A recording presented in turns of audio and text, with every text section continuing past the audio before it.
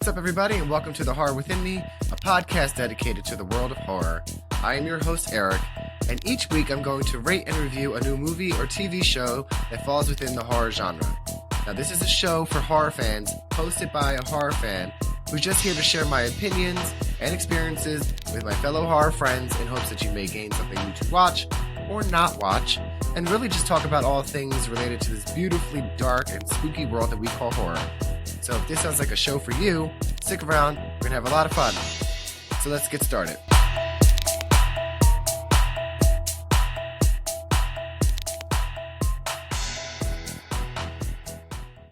What's up, everybody, and welcome back to a brand new Spooky Sunday episode of The Horror Within Me. I'm your host, Eric, and this is a podcast where we review horror movies and other horror-related content. Welcome. If this is your first time tuning in, thank you for stopping by and checking this out. I really hope you enjoy yourself. If you are a returning repeat listener, thank you for your loyalty. I also really appreciate it. I'm very excited about today's episode because I have been looking back on past episodes and thinking like what I want to cover, and then I realized that today's date is August 13th. It is 2 days before my birthday. And my birthday is August 15th, if you can count. 13 plus 2. Anyway, it's not technically a Friday, but I haven't covered this movie. So if you're following and you've clicked on it, you already know it because of the name and the title. We are doing the original Friday the 13th, part 1 from 1980. I have looked at my episodes, and out of my favorite 3 top genre slashers in the franchises, which are Friday the 13th, The Nightmare on Elm Street, and Halloween, I haven't covered any actual first entry in those franchises since this format of reviews. So I'm very excited to really start digging in and doing the movies and content that I love. This is going to be a really fun episode. But before we get into the episode, I want to talk about Monster Mania Con 55 that was in Cherry Hill last weekend. What a fucking amazing time. Highly suggest going if you're close to New Jersey or the Cherry Hill area when they come. I think there's also one in Oaks, PA that's coming up. I'm not really sure. I've never been to that one, but I'm sure it's probably very similar, and you can go on the website monstermania.com to figure out when they're doing shows. But they usually come to Cherry Hill around March and August of every year. So if you've been listening, I had entered to win 3 Trick or Treat Studio masks and a jumpsuit replica from Tyler Maine by purchasing a photo op ticket with him in costume with Michael Myers. So first of all, when I heard Tyler Maine was coming and doing an in-person photo op in the Rob Zombie Halloween getup, I was instantly very excited because I wanted to do a picture with a Michael Myers that was in one of the movies in costume. While the Rob Zombies weren't always my favorite, I always thought that Tyler Maine did an amazing Michael. He's a huge guy, very intimidating, very scary. So I was very excited to meet him and also do a photo op with him. And then obviously really hoping to win the 3 masks and the jumpsuit replica because I am collecting all of the masks. Only have so far Halloween Kills, Halloween 2, and Halloween 1978 from Trick or Treat Studios. And these 3 masks that you win would be 3 of the Rob Zombie Halloweens from Trick or Treat Studios. Anyway, I won, so I am fucking ecstatic. If you follow me on TikTok or social media, you already knew that I won, but I really wanted to say it on the show. First of all, when I got to Monster Mania, the first person that I got in line for was Heather Langenkamp, which I'm backing up before we get into the whole Tyler Maine story because I want to touch base on everything first. Heather Langenkamp's line was not that bad. As soon as I got in, I went right there. Such a sweet woman. I told her that I've been, it's on my bucket list to meet her. She asked if I drove a long way. I explained I was very close. She was like, well, that's good for you. Picture came out great. It's on the socials if you want to check it out. Her autograph is awesome, and I picked a picture of her and Freddie from Dream Warriors, and I thought that was just amazing. Second person I got in line for was Alyssa Sutherland, who played Ellie in Evil Dead Rise. Me and my niece, who was there with us, because it was me, my niece Anaya, my sister Heather, and my husband Ryan that went, and we got in line for Alyssa Sutherland, and we each got our own autographed photo, but we took a photo selfie with her together. She, guys, Alyssa Sutherland was one of the nicest people, and she was literally talking to all of her fans for like an extended period of time. Her line took so long to get through. But this, like, don't make a mistake. This is not me complaining about her, because I thought that was so genuine and so fucking awesome of her to do that. And when I got closer to the table, the volunteer that was working at her table was saying that people were complaining, but then they were the same people that would have like 30 questions for her. Don't ever lose that connection with your fans. I think it's amazing. I love that she talked to both me and my niece, who is 13, who was very shy. She engaged with both of us. Wonderful, wonderful woman. Makes me love her and Evil Dead Rise 1,000 times more. And right next to her booth was Tyler Main. So I was like, the photo op was at 1. We're coming up at 11:30 or something like that. I was like, all right, we have time. I'm going to jump in because I would love, because like they say, the photo ops are like quick. They're like in and out. You get in, you get out. And I really wanted to meet him first. So I got in line with my husband, because Tyler Main, if you don't know, also played Sabretooth in the X-Men 2000 film, which I'm a huge X-Men fan, always have been, and Sabretooth was always a great villain in the series. So double whammy on that, like Michael Myers and Sabretooth. I was super excited to meet him. So me and my husband get a picture. This guy's like 6'7", 6'9". Really nice though. I was like, hi, introduced myself. I said that I was, really wanted to meet him, but I was doing a photo op, and he was like, oh, that's really cool. Took a picture with us, and then, I went on my way. So when we get to the photo op, it's our turn to get in. The lady at the booth or at the entrance of the photo op was like, you know, just FYI, these two masks here and the things that Tyler is wearing, you have been entered to win automatically. So check out our socials later on to see if you won. I was like, oh yeah, I know. I'm very excited. I really hope I win. We get in, and when I tell you it is fast, it is fast. But the funny thing is, my husband is 6'2". Tyler's like 6'7", 6'9", or whatever. I walk by first. Ryan tries to walk in front of him to get on my side too. He grabs that man by his shoulder and pulls him on the other side, and like a rag doll. And like poor Ryan, he brought his cane, because just in case, because he still, gets weak fast, and then, really wanted to enjoy the day. So he had left the cane in, like we had to leave our belongings outside. So this guy didn't know that he was like on a cane or anything. So Ryan's like, oh my God, I almost fucking fell over. Um, but picture turned out really awesome. Again, that's on the socials if you want to check it out. We do everything. We get some things. I got a Nightmare on Elm Street 3 replica glove from NECA that was there. That was super cool. I met a really cool guy from Fright Rags, who actually we follow each other on TikTok. So that was really fun to meet someone that I know on social media. Hi, if you're listening. It was really cool to meet you. It's such a great community to go around and meeting people. And then there were other people on TikTok that I saw that were there that I was friends with that I didn't know at the time while I was there. And there's just something so exciting about all of this, and knowing this community of people really, really, really is why I do this, and why I return every week, and why I post everything I post. It's just so fun. So getting back to the Tyler Main story, I get we're done at this point. We're like, I'm guessing he had a photo op on Sunday because this was a Saturday, and that we'll find out tomorrow about the winners or whatever. So we leave. We go to a diner 8 minutes away to eat because we're starving at this point. We stopped at a Target, got some photo frames to hang the autographed stuff on my wall. We're sitting down at the diner. I didn't even think I ordered a drink yet. And Heather pulls her phone out, and she's like, oh my God, Eric, you won. And I'm like, what do you mean? And she flips the phone over, and it's Monster Mania on Facebook that's like, Eric McKenna, you're the winner of the 3 masks from Trick or Treat Studios. Please report to the photo op booth. I'm like, deuces, I am leaving all at the diner. Ryan, give me your car keys. I said to her, how are you coming with me? So she came with me. We drove back there. Parking is impossible, but I found a spot blocks down. Speed walking like we're in the airport about to miss a fucking flight. Speed walking like all hell. I get in there.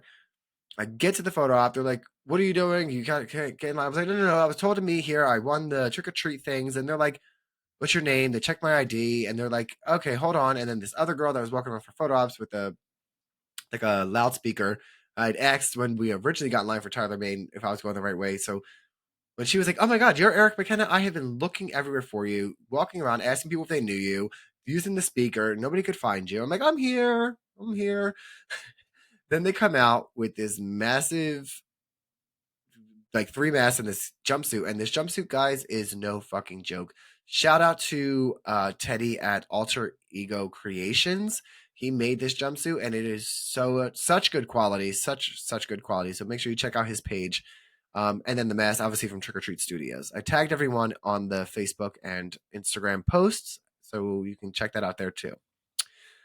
But they're like, Tyler said you can come back to the table if you want to get anything signed. I look at my niece. I said, we're going back. I hope his line is not ridiculously long at this point because like I left Heather and Ryan at the diner. So we get back, get to the line. Only like a few people were in front of me. So they had a post-it with my name on it waiting for me. And so I'm like, I'm the winner. And he's like, you're the winner.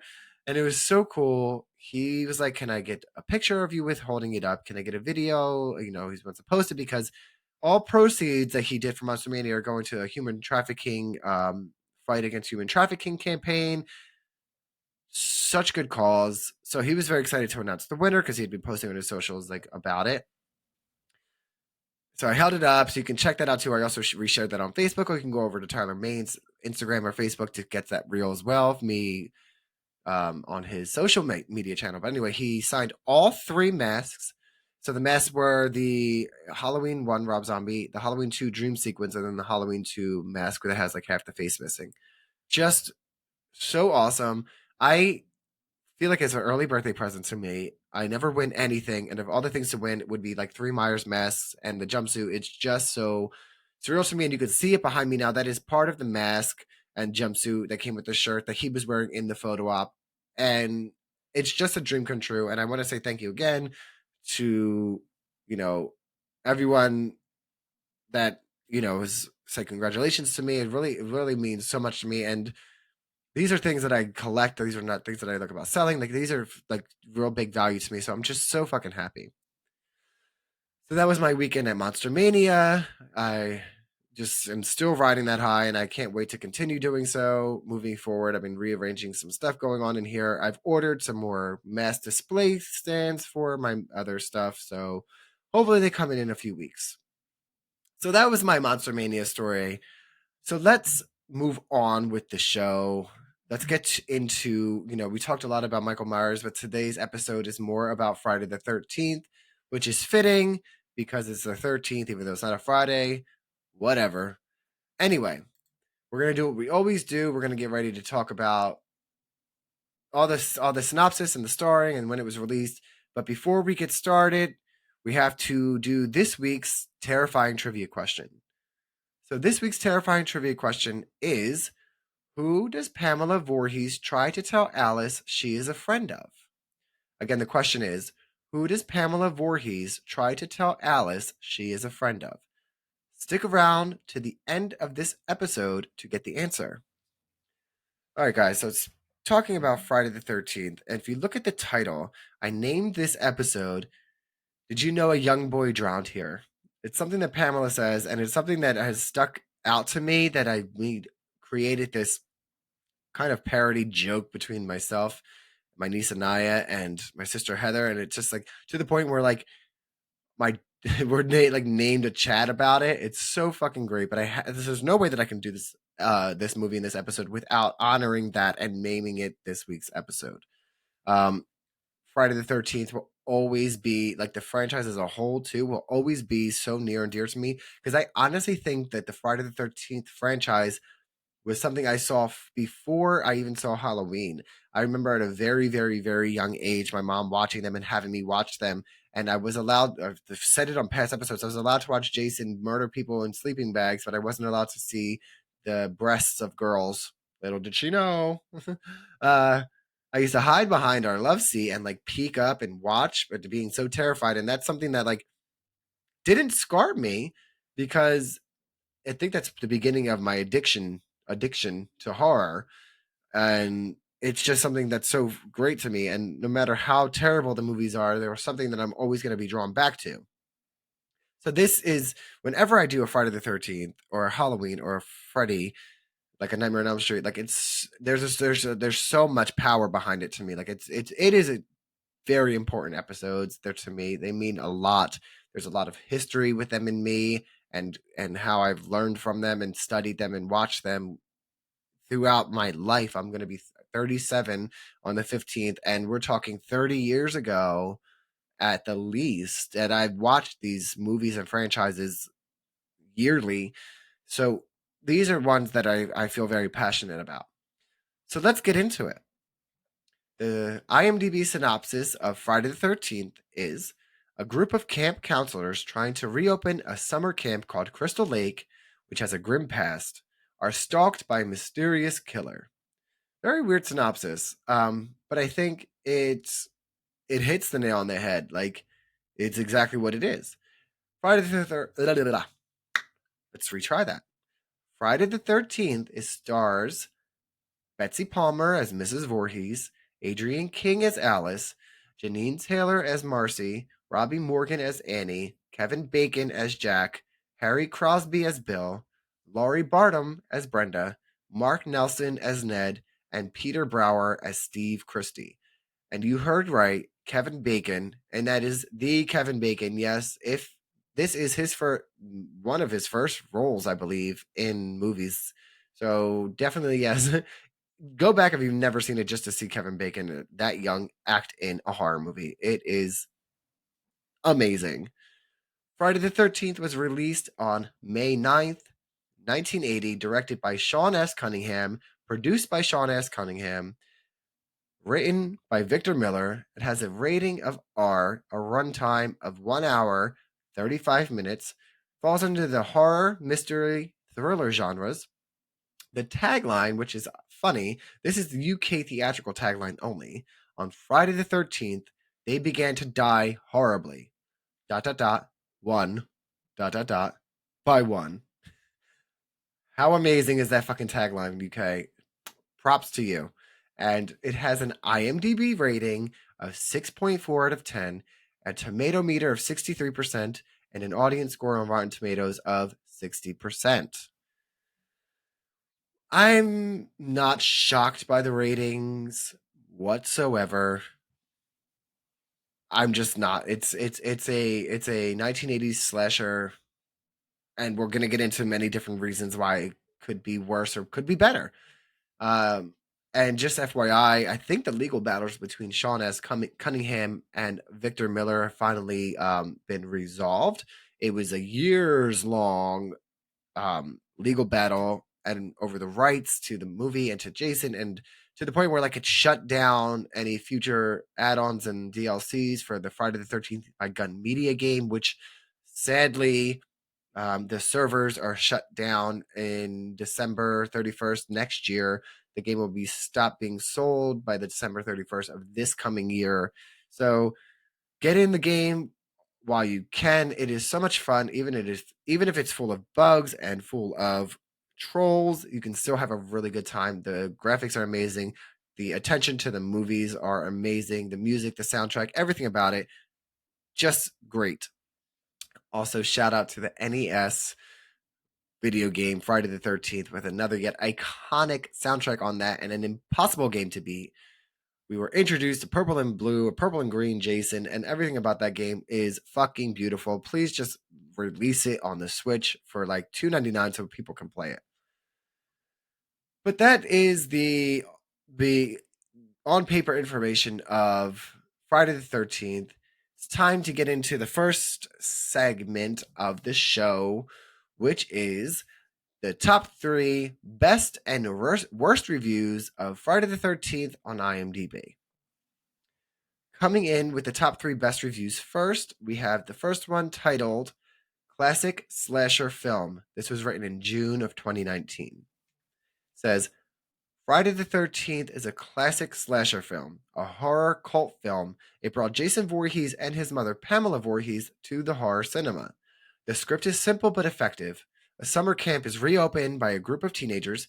A serial killer looking for revenge is killing them one by one. This plotline is imitated even today, but without the creepy feeling of Friday the 13th. Kevin Bacon, a big Hollywood actor, did one of the first roles here. The camp's atmosphere is cool, creepy, and loneliness. The film also brought a new scream queen, Adrienne King, a young actress with great lungs. Tom Savini made a great and gory makeup effects. Friday the 13th opened a franchise, brought an iconic 80s serial killer, and the horror of this camp is still working. I can't talk and I keep doing that weird blah, blah, blah, blah. So I'm going to just keep doing it and get it out of the way one last time. Blah, blah, blah, blah, blah, blah, blah. No more. No more of that. Okay, first thing about this review is the thing that caught me was, where is it? The plot line is imitated even today. I don't know if the plot line from Friday the 13th is imitated. There's a lot of similarities. There's a lot of main ingredients that slashers take. And the camp's atmosphere is cool, creepy, and loneliness. I'm not sure what they were trying to get at with loneliness. I don't. Secluded, I think, is a better word. And fun fact: the first Friday the 13th film was filmed in New Jersey. Um, I don't remember the exact location, but there is a real camp. It's called Camp Nobi Bosco, and it is still a functioning summer camp. So you can't just show up there. It's like trespassing, but they do have a whole section dedicated to showing that the film was filmed there. And every now and again, they will sell tickets for a Friday the 13th tour, which are super expensive. I have not done it. It's on my bucket list just because I need to go and see it in person. All of the other films I don't believe were filmed in New Jersey, but they're all set in New Jersey. So Jason Voorhees and his family are Jerseyans like your host here, Eric. That's super exciting. Just like little Michael Myers, even though he's in Haddonfield, Illinois, Haddonfield, New Jersey is where they got the name because Deborah, God, I can't even think of her name. I have such a Deborah Hill was from Haddonfield. My God. Anyway, back to the review. Brought a new Scream Queen, Adrienne King. She was at Monster Mania in March, along with the other, with Ginny, the actress that played Ginny from Friday the 13th 2, and the two actresses from Friday the 13th 3 and 4. I don't remember their names. I apologize. I didn't think about writing it down ahead of time, but I didn't get to meet them, and I'm a little sad. But yes, I loved Adrienne King in this film. I thought she did an amazing job, and we all know Tom Savini is a fucking badass. Enough said. We're going to move on to this second best review. This one is titled Camp Crystal Lake. It's Got a Death Curse. This was written in October of 2020. I love It's Got a Death Curse. I love the old man. He was like a staple in the franchise, just showing up, trying to warn fucking campers and counselors and teenagers of going there, and nobody ever listened to him. Nobody ever listened to that man. Anywho, Friday the 13th has interesting beginnings. Sean Cunningham put out an ad for the film and called it the scariest film ever made, when in reality, there wasn't even a script written for the film. He wanted to see if he'd get sued for using the name. Luckily, he didn't, and with the help of some investors, he made the movie. Many people at the time thought that this film was a ripoff of Halloween, which had been released just a couple of years earlier, but Friday would go on to have its own imitators. This first film in this series is considered a horror classic, and it's a well thought out story. There's a motive for the murder. The cast is great. The score is superb, and it has one of the best endings of any horror film. If you love horror and have not seen Friday the 13th, stop what you are doing and watch this classic right away. I picked this one because I thought it was a fun fact in the beginning, because it's actually I've seen that on a documentary. I do believe it's true that he did put it out there, the scariest film ever made, and then people were getting traction, and then he went and started to make the movie. And many people felt that it was a ripoff of Halloween. It actually is a ripoff of Halloween because it was titled Halloween. It was made in '78, and it blew the people's minds. So he's like, "Well, I can do a day. Let's do Friday the 13th and see if we can pull this off." And they did. Um, let's see. The first film in the series is considered a horror classic. I completely agree. It does have motive for the murder. It does have a great cast, and the score is amazing. So I thought that this was a really great review and a fun fact to add into the Friday the 13th information if you didn't know that already. Moving on to the last best review for Friday the 13th on IMDb. This one is titled Just Like Jason, This movie will never die. This was written in October of 2007. We all know the rules. Sex equals death, drinking and drug equals death. Now, you don't think after all these years the counselors would learn something. No. That's what makes this low budget independent film a true classic. Back in 1980, we were just getting settled into the horror slasher genre. Please note Halloween 2 years earlier and Psycho 20 years earlier. Friday the 13th was a major boost to the slasher genre. All the different cliches, especially POV, point of view shots. This movie brought out the scared little kid in all of us. This movie also defined the psychopathic killer we all know as Jason Voorhees. If there ever becomes 13 Wonders of the World, Friday the 13th should be the 13th Wonder. No pun intended. I think he definitely had a pun intended there, but it was well enough placed. We'll allow it. Yes, the rules. We all know the rules. Sex, if you haven't sex, drinking, or doing drugs in a horror movie, that equals death back then in the 80s. They still talk about it to this day. Teenagers are never going to learn because they're teenagers and that's what they do. Sex, drugs, rock and roll, live young, die young, all that cliche shit is part of the ingredients of a great horror movie. Correct. We were just getting started into the slasher genre, so Friday the 13th came at the perfect time just to cement itself as a newer kind of thing. And I love the point of view shots. I thought it was a nice touch because we were watching the killer do things, and instead of being just with the survivors of the or the murdered victims of the franchises. So that was a really cool touch. And I agree with this that there are different cliches and also that the movie brought the scared little kid out of us. And we all know I had to pick this because we usually hear this mostly in the negative reviews, but this one was fun because it was a positive review saying if there ever becomes a 13th wonder of the world, Friday the 13th, this should be the 13th wonder. I don't know if I completely agree with that. I won't go that far, but I appreciate the review. That wraps up the top 3 best reviews on IMDb for Friday the 13th. It's moving on to the top 3 worst reviews of Friday the 13th on IMDb. The first one is titled Overrated. This was written in July of 2006. Here we go. As a fan of horror movies, I must say that Friday the 13th is overrated. It's so absurd, boring, not frightening, or interesting in any way. The acting is bad, very bad. The plot is stupid, and the murder is so predictable and lame that I almost laugh instead of scare. It begins very nice, but it gets boring after a few minutes. I thought that this one will be a huge movie because it's so popular in the genre of horror movies, but I was really disappointed. I'll give you advice. Stay away from this one. If you want real horror movie, you must watch The Exorcist. It's much better than this crap. Or if you want a slasher movie, you can try A Nightmare on Elm Street or Halloween. Here we go. Here we go. Oh god. Okay. What is it with when we're reviewing slasher movies that people don't like? They always say if you want a better movie, go watch The Exorcist. I think I've said this before. The Exorcist and is not a slasher. It's a possession movie. They are completely different kinds of movies. Not everyone that likes the that's probably what the problem is. Like you can't send somebody looking for a slasher to go see The Exorcist. Now you did redeem yourself a little bit by talking about Nightmare on Elm Street or Halloween. They are better ones to direct people to, but I don't understand why you just throw The Exorcist in there as not a part of the slasher genre. Stop doing this to people. Stop sending people to possession movies if they're not looking for a possession movie when you're writing a review on a slasher movie. I said that as fast as possible. Keep up. Moving on to the next worst review, titled Awful. Just Awful. This was written in December of 2009. Of the 3 big slasher movies, this one, Halloween, and A Nightmare on Elm Street, this is by far the worst.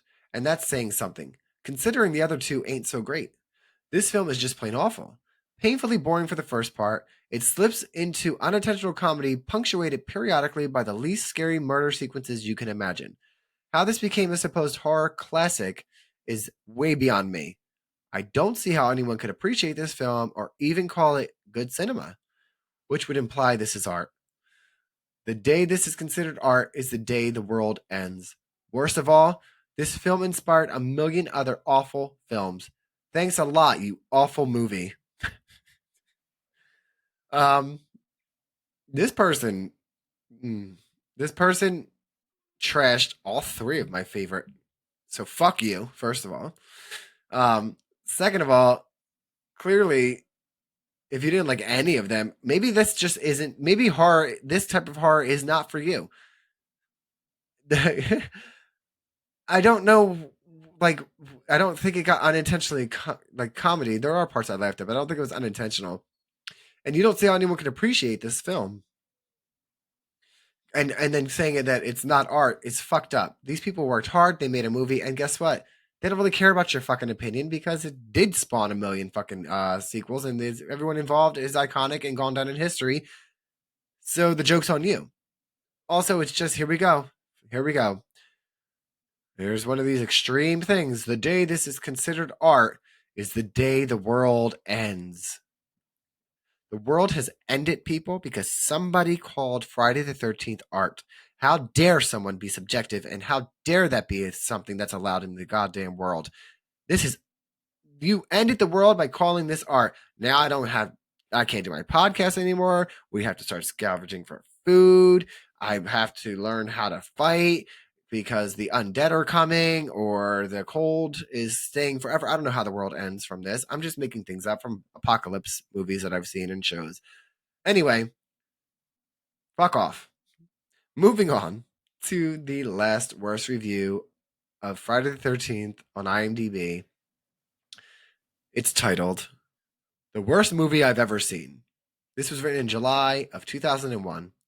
Here we go. An inane slasher flick that's poorly done in every thinkable way. The acting is horrible, the writing is horrible, and the cinematography is pathetic. The film is too obviously low budget, but not even more money could salvage this turkey of a movie. The film has no thrills. In fact, it's painfully boring. Anyone with half a brain could have written a screenplay better than this. Although the idea of a bunch of teens getting slaughtered at a dark camp by a lake is a rather good premise for a horror movie, it isn't used well here. There's nothing enjoyable about this movie. It's most definitely the worst movie I've ever seen. I thought Halloween was bad, but Friday the 13th makes Halloween look like something just short of Shakespeare. Don't think I'm some old person who hates all horror movies. I'm a teenager who loved Scream and also liked I Know What You Did Last Summer. Well, there you go, guys. There you go, folks. I think that last sentence they thought was a redeeming quality, but it just goes to show that you have no fucking idea what you were talking about because movies like Scream and I Know What You Did Last Summer were created because of movies like Halloween and Friday the 13th. But your little teenager brain wasn't getting it. So you didn't appreciate the path that was laid for your quote unquote movies that you love. And you bashed Halloween, and now I also still don't like you. So this is what I'm talking about. Obviously low budget. Yes, because it was 1979 when they were making a movie, and I believe the budget was $550,000, which is only $250,000. I think it was almost double what Halloween had a budget of. And they did what they could do with what they had, and they became iconic again, which is what paved the way. But people have no appreciation for all of that. And thinking that you're an old person, no, because somebody older at that time would have probably liked those movies because it was around their time that they had come out. So no, we didn't think that. We thought exactly what you were, a teenager who would have not understood what these movies were about. But that concludes this week's top 3 best and worst reviews on IMDb for the 1980 film Friday the 13th. So let's move on to what I liked most about Friday the 13th. I had to really think about it because I've seen, like I said, I've seen these movies for decades. And what is it that keeps going back? Is it the nostalgia? Is it a character? What is it about it? And I think for the first Friday the 13th, what I really appreciated the most and what I really, really liked the most was the who done it aspect to the movie. Um, because like in A Nightmare on Elm Street and in Halloween, we knew it was Freddy Krueger. We knew it was Michael Myers who escaped. But in Friday the 13th, we didn't know who was killing these counselors, right? We just knew that we saw a hand and a knife or an axe or whatever murder weapon they were using, but we never got an idea of who it was. Was it another counselor that was already there? Like it was the beginning of a whodunit in a way, without a ghost face scream kind of whodunit. So I really appreciate that. I think it holds up very well. And the twist of who it is at the end of the movie, which spoiler, we all know is Jason's mother, Mrs. Voorhees, is something that we didn't know or expect to happen. Because exactly in the time we had like Leatherface, we had Michael Myers, we had male serial killers, and here we have this middle-aged woman who's got revenge on this camp for her son drowning to death. It's actually a solid motive. It makes sense. Because she worked at the camp. She was a cook there. So her son got to go there for free, but he was already a little handicapped and deformed, and they just didn't pay attention because they were having sex and he drowned. So she snapped. It was just her and Jason. That's all she had in her life. And she decided to take revenge. It's not an unrealistic plot. I thought that the whole idea of Friday the 13th is got so much heart to it that people don't talk about enough. But we're going to move into what I like the least about the movie. And every time I think about what I like the least about Friday the 13th, it's always the death scenes. It had great effects for its time. The actors were okay, but when they were pretending to be killed, it was so comical sometimes that it's just too much for me. Like it was too like cartoonish. Like, oh my god, pretend to die, and you're like, like you know what I mean? Like it's just there's a scene where one of the girls is about to get killed, and she just and like that's it. It's just a little over the top. And so if I had to pick something, it was the way that the characters just portrayed being murdered on screen. I don't know. That's what I like the least about it. So let's see. Let's see. Where are we at in this show? Oh, it's time to answer this week's terrifying trivia question. So let's do a refresher. The question was, who does Pamela Voorhees try to tell Alice she is a friend of? And the answer is, when Alice first meets Mrs. Voorhees outside by the Jeep, Mrs. Voorhees tells Alice that she is a friend of the Christies, who is the family of Steve Christie, who is the owner of the camp that we meet in the beginning of the film. So that's how she tries to, because she doesn't just come right out and try to kill Alice right away. She pretends to be this friend, and then she starts telling her the story, which is an iconic scene. She's like, "Did you know a young boy drowned here?"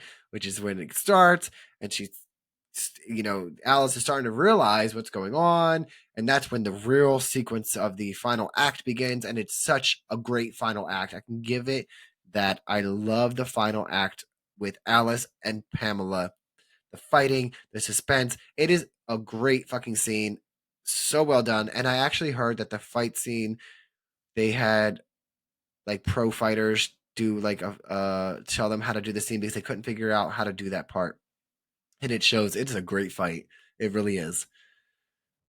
So we're in a slasher, right? So let's reveal the number of kills in Friday the 13th. So my source this week for the number of kills in Friday the 13th comes from ScreenRant.com, and according to them, there are 10 kills in Friday the 13th.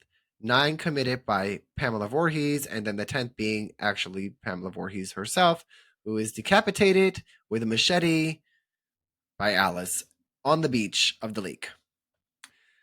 So, we've reached the point in the show where it is time to do the final rating and review of Friday the 13th. So, my rating this week, we're going to use hunting knives because that is what Mrs. Voorhees was pulling out of her little hunting knife satchel thing. I don't know what they're fucking called. It's a belt. I'm weird. So anyway, I give Friday the 13th 8 out of 10 hunting knives. It drops 2 points for the crazy ways the actors were portraying to die. I think if they would have did it differently, I would have given it a 10 out of 10. And here's my final review. Friday the 13th is a low-budget Halloween ripoff, but somehow it works. The special effects were very well done for its time, thanks to the amazing Tom Savini. The acting of Adrienne King and Betsy Palmer were top-notch, and their on-screen fight is iconic. The soundtrack is spooky and fun. This film started as a whodunit and kept audiences on the edge of their seats. And let's not forget, this is a movie that birthed one of the most iconic slashers in horror movie history, Jason Voorhees. This movie will be a classic now, then, and in the future. Friday the 13th is available to rent now on Amazon Prime Video for $2.99.